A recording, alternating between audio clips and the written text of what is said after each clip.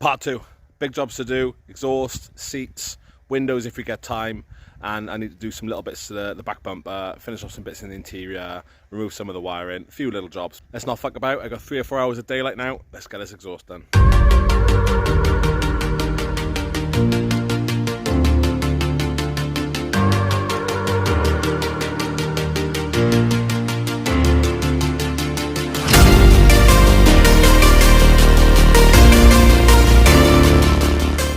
So the exhaust system on the Saab starts with a 3-inch from the turbo all the way down to a 3-inch sports catalytic converter, but then reduces to 2-inch to fit in the standard exhaust. I want to keep that flange, so I go from a 2-inch up to a 3-inch where my resonator starts.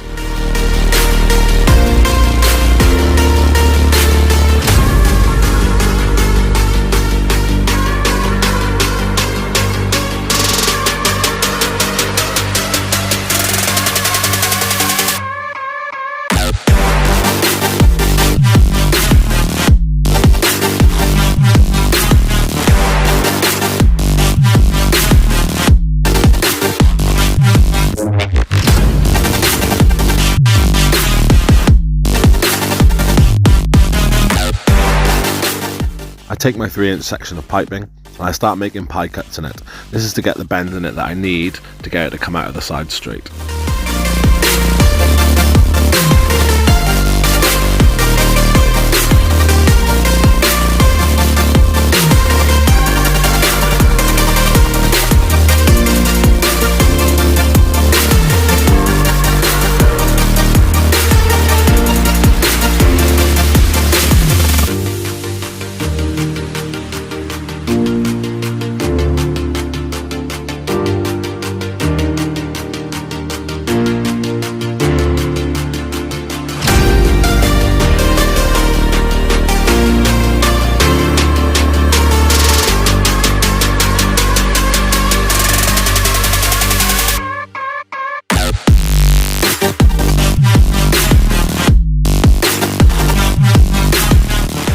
Now for the brackets, I put a jewel right at the end where the resonator would be, and I put one bracket in the centre where the bend is, and I put one bracket right towards the end where the tailpipe will be.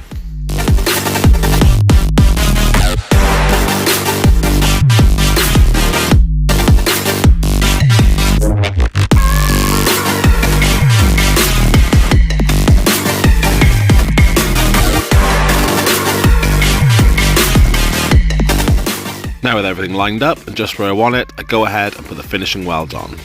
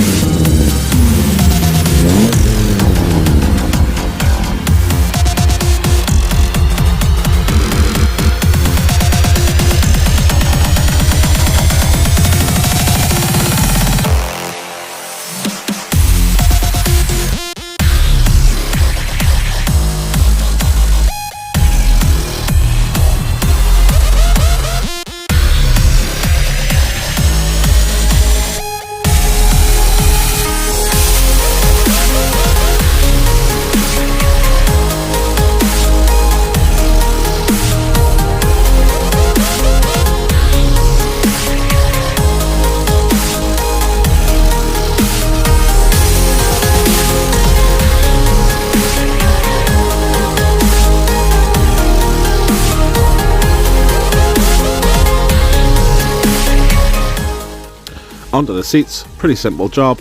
I fit the seat runners, then make brackets for the seats, then fit the brackets to the seat runners. Simple.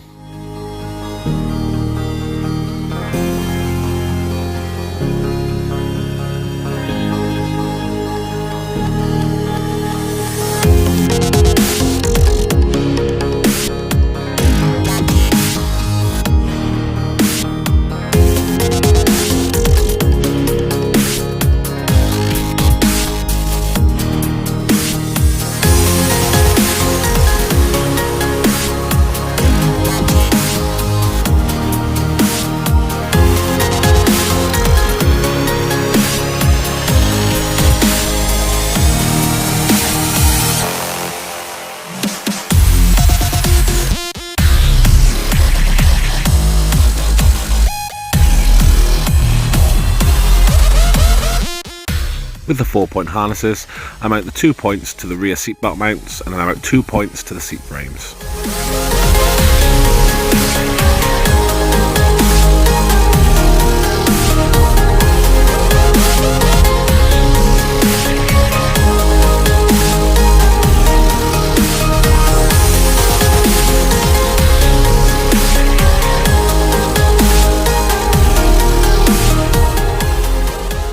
Right, we are getting close. I mean, it's done effectively. New battery on there. I've redone all my boost pipes. All the exhaust is done. It's on there perfect. Got the seats in, harnesses in. It's basically there.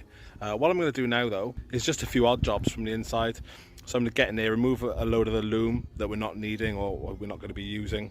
You've got things like the window switches can come out, all the door looms and stuff can come out. There's also a load of old brackets and stuff on there that I'm going to cut off and get rid of because we just don't need them. So all in all, I reckon we can get another sort of 8 to 10 kilos out of this now just for removing some loom and some old brackets. Let's continue.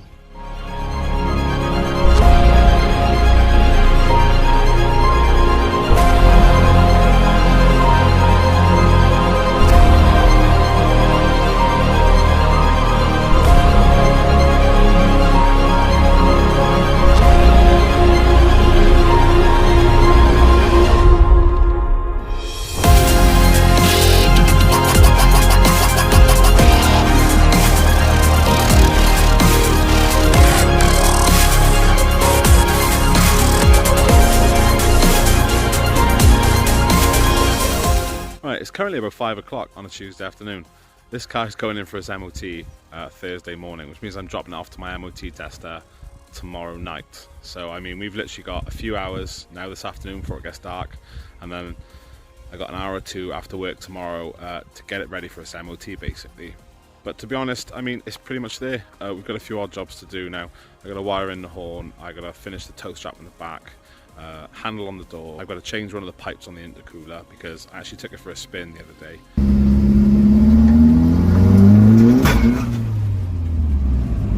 And anytime it even got close to full boost, it popped the boost pipe off. So I went and got a new hose, which is the correct 2-inch, that's 2.5 inch. I got to sort out something with the indicator so the indicator works correctly on the front. Kind of little things like that. So we're so close now at this point. Anyway, we've got a few hours tonight, a few hours tomorrow. We're going to crack on, get all these odd jobs done, and hopefully do the back bumper and chuck a little bit of paint on the boot lid Friday afternoon before Coombe on Saturday. So we are getting down to the wire now, but we're close. So there's nothing to do but keep ploughing along, get this thing done.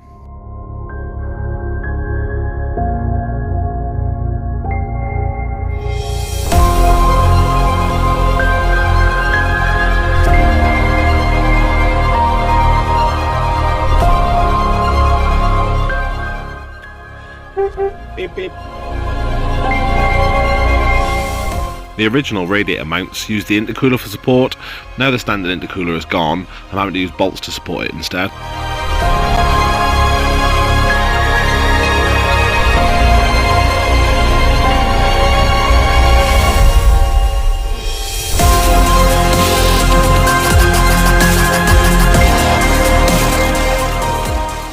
Right, we've got some very potentially catastrophic news here. Car got MOT'd, fine, all went well. I took it for a proper drive and it didn't feel right up top. So I went and got a new set of plugs, put the plugs in there, came down a couple of dual carriageways, pulled the plugs, and it is running lean as shit up top. Like really lean. And it's kind of literally crackling and running out of fuel at the top end.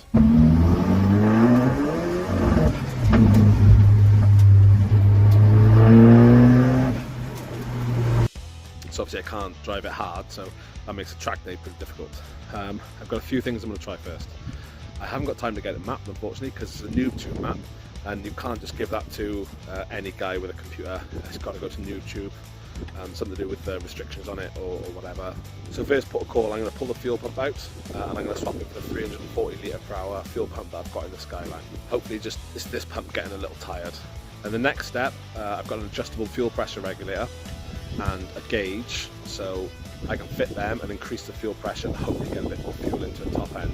If neither of those things work, I'm going to have to be a savage and adjust the actuator out, get some boost leak and stop it from over boosting effectively. I'd really rather not do that, so I am hoping that the fuel pump and the fuel pressure regulator does fix our issue.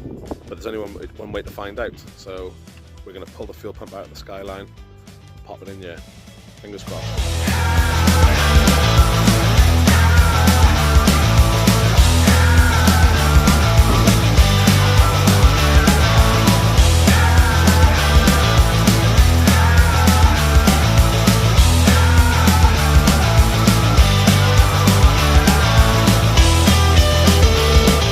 Well, I did what I could, pretty much pulled 2 all-nighters to try and get it ready, but we couldn't resolve the issue.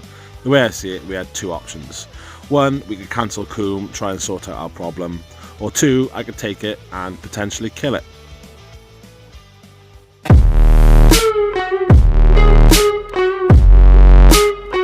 Driving to Coombe.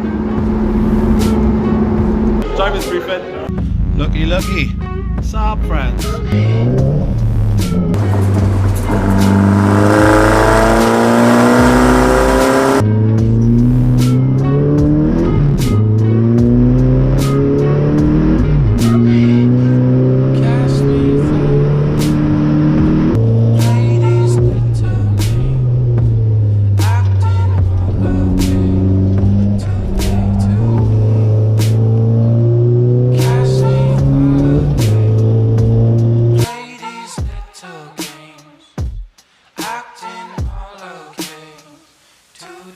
Today.